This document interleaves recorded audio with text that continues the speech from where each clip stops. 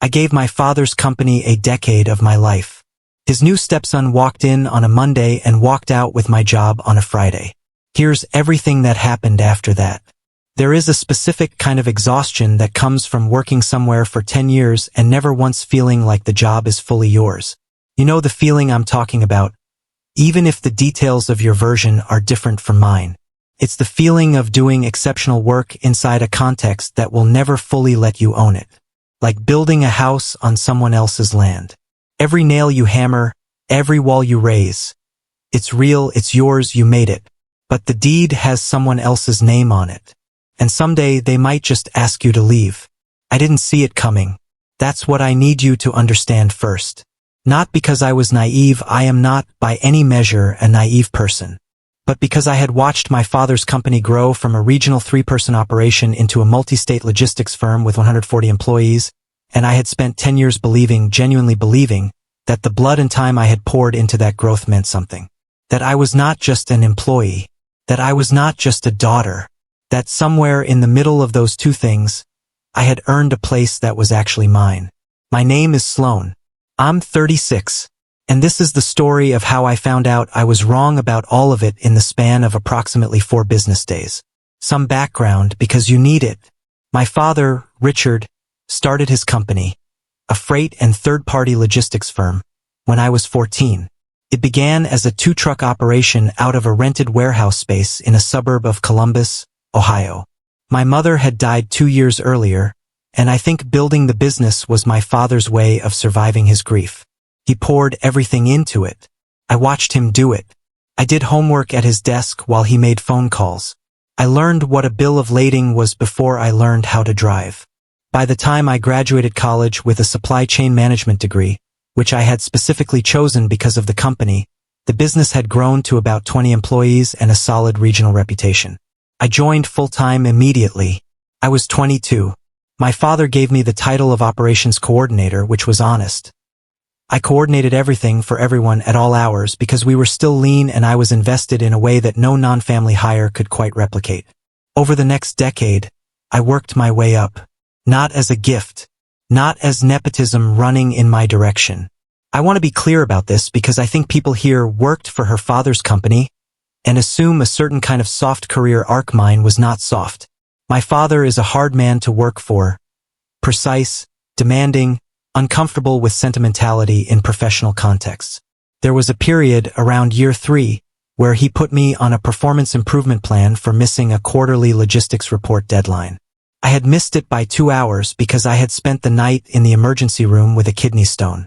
He told me that personal health situations were not a business's problem. I accepted that because I was trying to demonstrate that working for him didn't mean I expected to be treated differently. By year 6, I was director of operations. By year 9, I was running the day-to-day of a company with 140 employees across 4 states, managing vendor contracts, fleet logistics, a warehouse in Louisville, and a technology migration that I had designed and pitched and pushed through over 18 months. Our revenue had tripled in the 5 years I'd been in a senior role.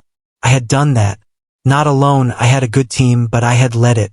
My father knew this. He told me at our annual review the December before everything happened, that he was proud of me and that the plan was to move me into the COO role within the next 12 to 18 months as he began stepping back from day-to-day operations. I want you to hold that. 12 to 18 months. He said it directly. He wrote it informally in a follow-up email. My father remarried when I was 29. Her name is Kristen. She is 15 years younger than my father, which made her, at the time, only 9 years older than me. I want to be fair to Kristen, because she has not been cruel to me.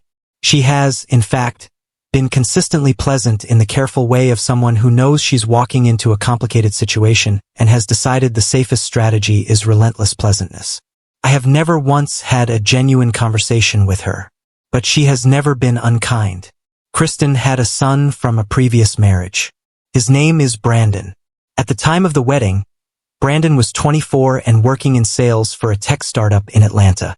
He had no logistics background. He had no supply chain experience. He had a business administration degree from a mid-tier school and, by all available evidence, a personality that people who use the word charisma would describe as charismatic. I met Brandon at the wedding. We shook hands. He told me the company sounded super impressive. I smiled and said thank you and went home and did not think about him for 2.5 years. Then, in February of the year that changed everything, my father called me into his office and told me that Brandon had expressed interest in joining the business. In what capacity? I asked. We're thinking a senior leadership role, my father said. Somewhere he can learn the business from the top down. I asked what that meant in terms of title and reporting structure. My father looked out the window for a moment.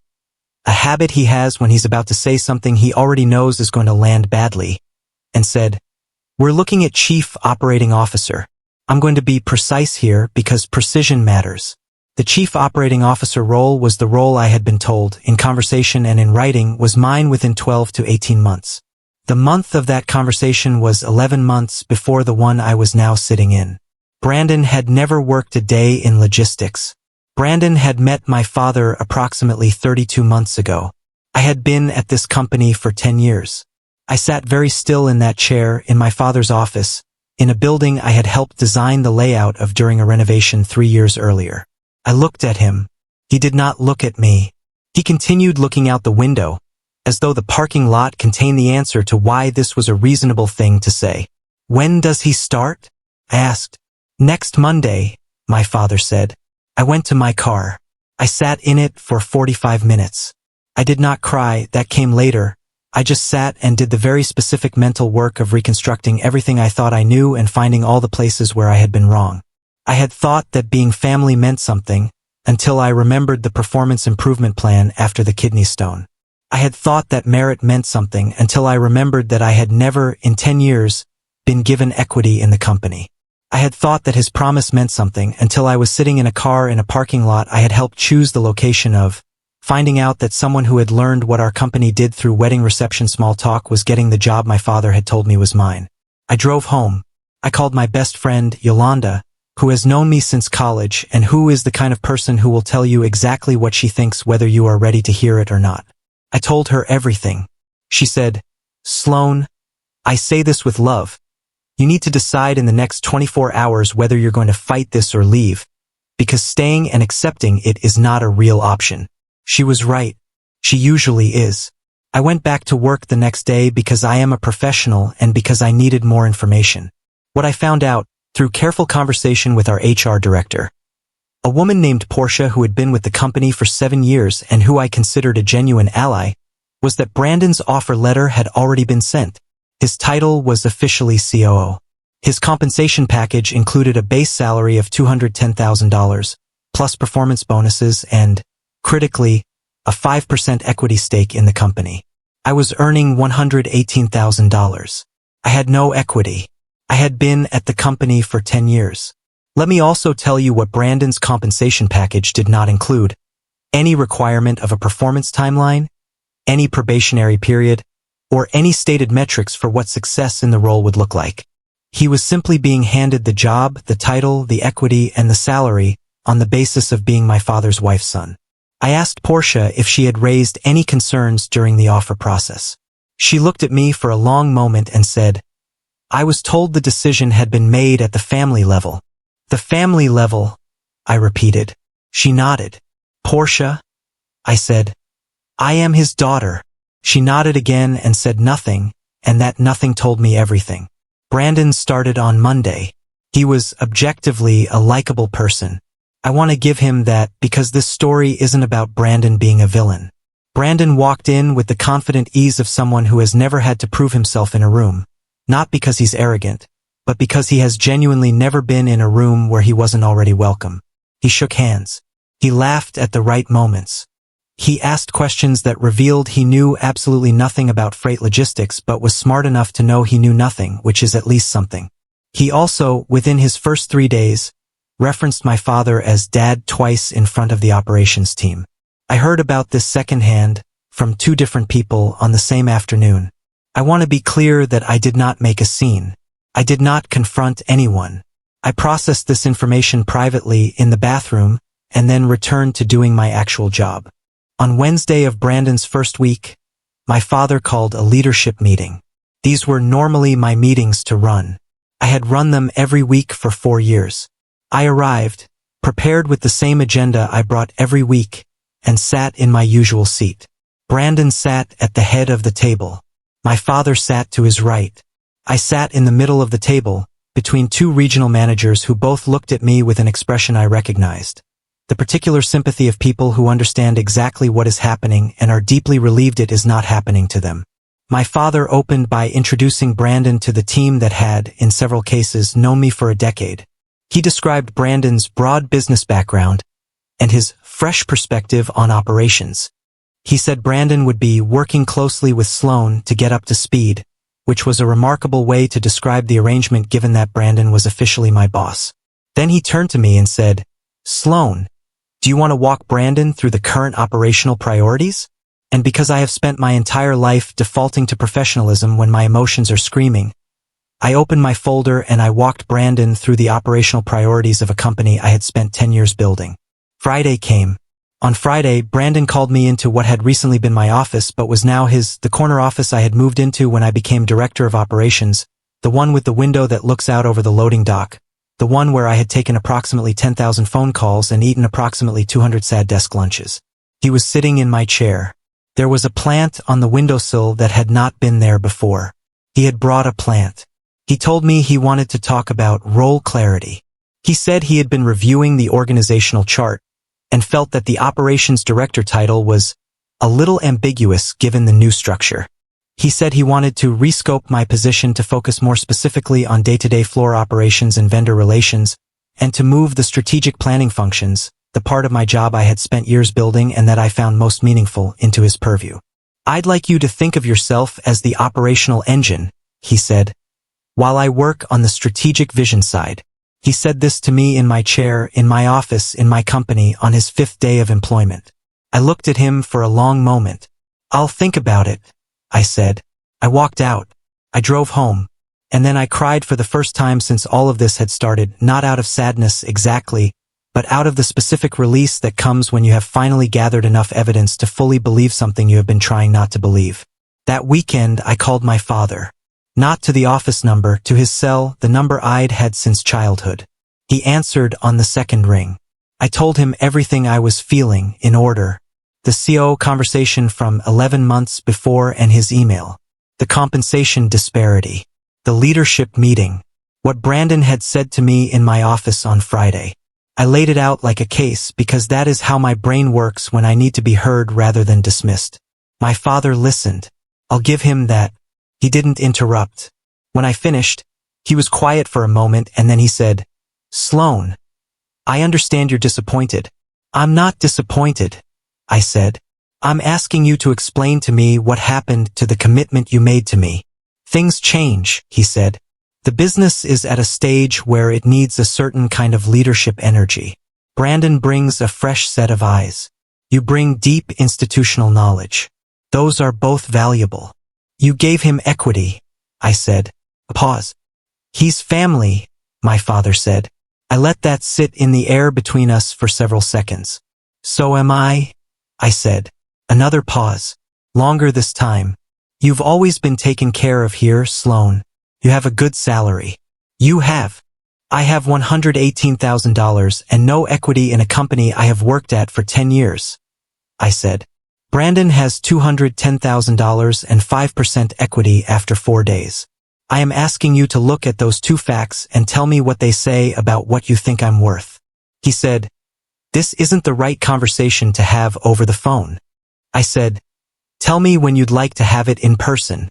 He said he'd call me that week to set something up. He didn't call.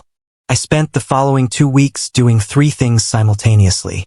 I continued doing my job at a high level, because my team depended on me and I was not going to let them suffer for my situation. I updated my resume for the first time in 10 years, which was both professionally necessary and emotionally like learning to walk again. And I consulted an employment attorney. I want to be honest about what the attorney told me, because I think people expect legal remedies to be cleaner than they are. The short version, because I was a family member and had never received the COO promise in a formal contract, only an informal email, the legal standing was limited. The salary disparity wasn't illegal on its own. There was no actionable discrimination claim in the traditional sense. What she did tell me was this. If I resigned, I should document everything before I left. And if I was asked to take a formal demotion, which Brandon's rescoping conversation was a precursor to, I should not accept it in writing without consulting her first. I went home and spent an evening exporting every relevant email to my personal account. The formal demotion offer came 3 weeks later. My new title would be Senior Operations Manager. No longer Director. The salary would remain the same for now, I was told, as if that was a concession. But the strategic planning functions would move to Brandon, as he had telegraphed in my office on his 5th day. My reporting line would change. Instead of reporting to my father, I would report to Brandon. I would report to my father's stepson, who had been employed here for less than a month, who did not know what a bill of lading was when he arrived, and who had replaced me in a role I had been building toward for a decade. I read the offer letter twice. I took a photo of it on my phone. I forwarded it to my attorney. Then I wrote my resignation letter. I want to be honest about what resigning felt like, because I think in these stories there is often a fantasy of the triumphant exit, the moment where the wronged party walks out with their head high and the whole room silent and some imaginary score settling itself in real time. It did not feel like that. It felt like amputation. Necessary, perhaps, but not painless. 10 years of my life were in that building. The warehouse in Louisville ran on a system I had designed. The technology platform we used had been implemented because I had spent 18 months arguing for it. The culture of the operations team, the way they communicated, the standards they held themselves to, the trust that ran through the floor, I had built that. I was leaving all of it behind. Not because I had failed, but because I had been replaced by someone who hadn't yet had to prove he could succeed. I handed my letter to Portia in HR rather than to my father, because I am not above a small act of deliberate symbolism when it is warranted. She read it. She looked at me. She said, "I'm sorry, Sloan. This should not have happened." "No," I said. "It shouldn't have." I said goodbye to my team. Several of them cried. One of my regional managers, a man named Owen who had been with the company for 8 years, shook my hand and then pulled me into a hug and said, "I'm going to be right behind you." I told him not to do anything impulsive on my account. He smiled in a way that told me he was going to do something impulsive on his own account, on his own timeline. I packed the things from what had once been my office. There weren't many. I've never been someone who decorates workspaces heavily, and I walked out through the loading dock the way I usually came in because I've always been a backdoor kind of person and I wasn't going to change that on my last day. That was 14 months ago. Here is what has happened since. Within 3 months of my departure, 4 members of my operations leadership team resigned, including Owen. 2 of them called me before they left to tell me why. The team I had built was not going to rebuild itself around a new hierarchy it hadn't chosen, and the institutional knowledge I had taken with me when I left turned out to be a larger structural gap than anyone had anticipated. I know this not because I am gloating. I'm not. But because Portia has kept in touch with me quietly, and because the industry is smaller than it seems and people talk. Brandon, from what I have been told, is struggling. Not because he's incompetent, he may yet prove himself over time, but because he walked into a complex operational environment with no foundation, no real mentorship, and a team that had watched their leader of 10 years be pushed aside for him. That is not a setup for anyone's success, and the fact that it is a situation he did not create does not mean he isn't currently living inside the consequences of it. The Louisville warehouse had 3 compliance violations in the 6 months after I left, in processes I had specifically built safeguards around. My father has not called me.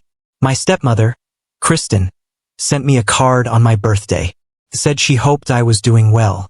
I sent a thank you note. We have not spoken. As for me, I started consulting independently, which I had been terrified to do and turned out to be something I was genuinely good at. In the past 14 months, I have worked with 4 logistics and freight companies on operational restructuring and technology implementation, the exact skills I spent a decade developing. I earned more in my first year of consulting than I made in any single year working for my father. Last month, I accepted an offer for a VP of operations role at a regional logistics firm that has been growing rapidly. Full equity participation, meaningful title, a team that is, by all early indications, smart and functional and not carrying any pre-existing grief about my arrival. I start in 3 weeks. I have also, in this same 14-month window, done something I should have done years earlier. I have built a relationship with my father that is not mediated by work. This sounds simple, and it has been devastatingly hard. We have had several dinners that were not business dinners. We have had at least 2 conversations that were real, the kind where something honest moved between us for the first time in a long time. He has not apologized directly. He has come close in the specific way of someone who sees what they did but cannot quite bring themselves to name it, circling the wound without pressing on it. During one of those dinners, about 6 months after I left, he looked at me across the table and said, "I think I underestimated you." I told him I thought he had too.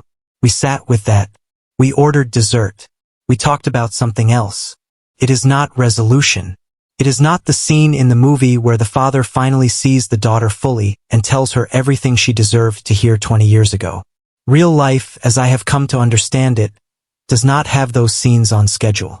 It has small movements and long silences and dessert at the wrong moment. I am trying to decide whether small movements are enough. I don't have an answer yet. I am posting this because I spent the weeks after I left Googling things like left family business after being passed over and how do you trust your own worth after working for someone who didn't see it at 11 o'clock at night, and I mostly found business articles and LinkedIn posts about resilience that felt like being handed a pamphlet at a funeral. So this is what I would have wanted to read. If you are working for a family member and you are the one who actually does the work while they figure out how to write your title around the other people they love more, I need you to know something. The job being family does not make the work you do less real. The decade you give is real. The systems you build are real. The team you grow is real. The expertise is yours and you carry it out the door with you, and no one. Not a stepbrother with a plant and a redecorated office. Not a father who mistakes family loyalty for professional due diligence. Can take the knowledge from your bones. You can rebuild.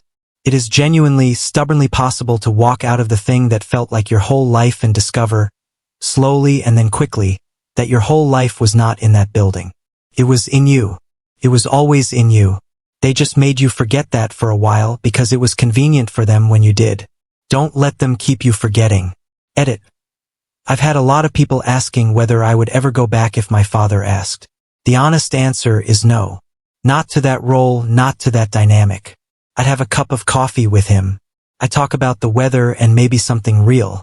But I'm not rebuilding my identity inside someone else's company again. I know too much now about what I'm capable of on my own. Edit 2. Yes, Portia eventually left too. She landed somewhere good. I wrote her a LinkedIn recommendation and meant every word of it. Edit 3. Several people have asked about Brandon. I don't know him well enough to wish him harm.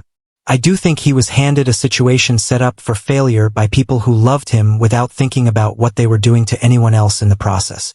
That is a different kind of unfair from what happened to me, but it is still its own kind of unfair. I hope he figures it out.